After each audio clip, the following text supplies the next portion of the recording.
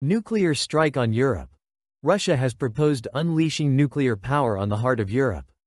State Duma Deputy Andrei Gurulev proposed considering the possibility of launching a nuclear strike on the Netherlands.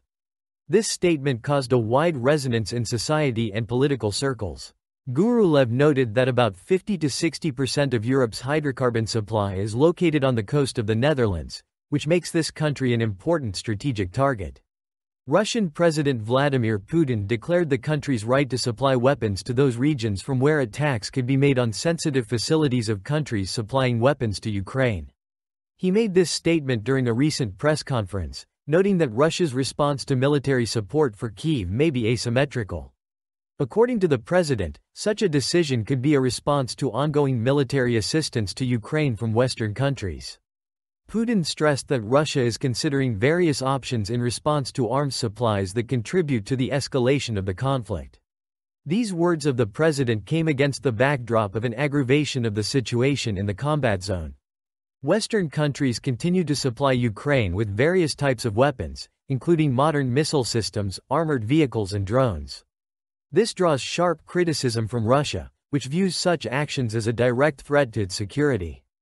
Andrei Gurulev emphasized that the destruction of the Dutch energy infrastructure could cause critically unacceptable damage to Europe.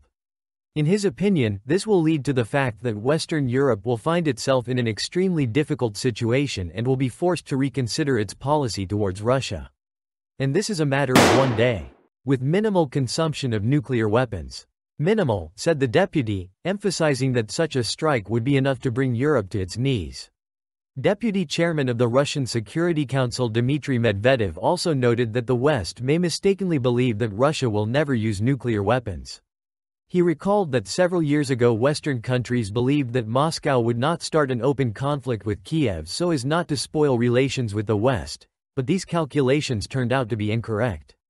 The energy infrastructure of the Netherlands is truly of key importance for the whole of Europe. If it is destroyed, many countries will find themselves in an energy blockade. This will lead to serious economic and social consequences, including sharp increases in energy prices and possible disruptions in their supplies. Gurulev is right to point out the strategic importance of this goal. In the context of growing confrontation with the West, Russia may consider such objects as possible targets for retaliatory strikes. It is important to understand that this is not just a threat, but a real opportunity to demonstrate Russia's strength and determination to defend its national interests. Western countries, in turn, must realize that continued support for Ukraine and sanctions pressure on Russia could lead to an escalation of the conflict to a level that they cannot control. Ignoring Moscow's warnings about the possibility of using nuclear weapons could be a fatal mistake. NATO countries and their allies must take into account that Russia has significant nuclear capabilities that can change the strategic balance of power in the world.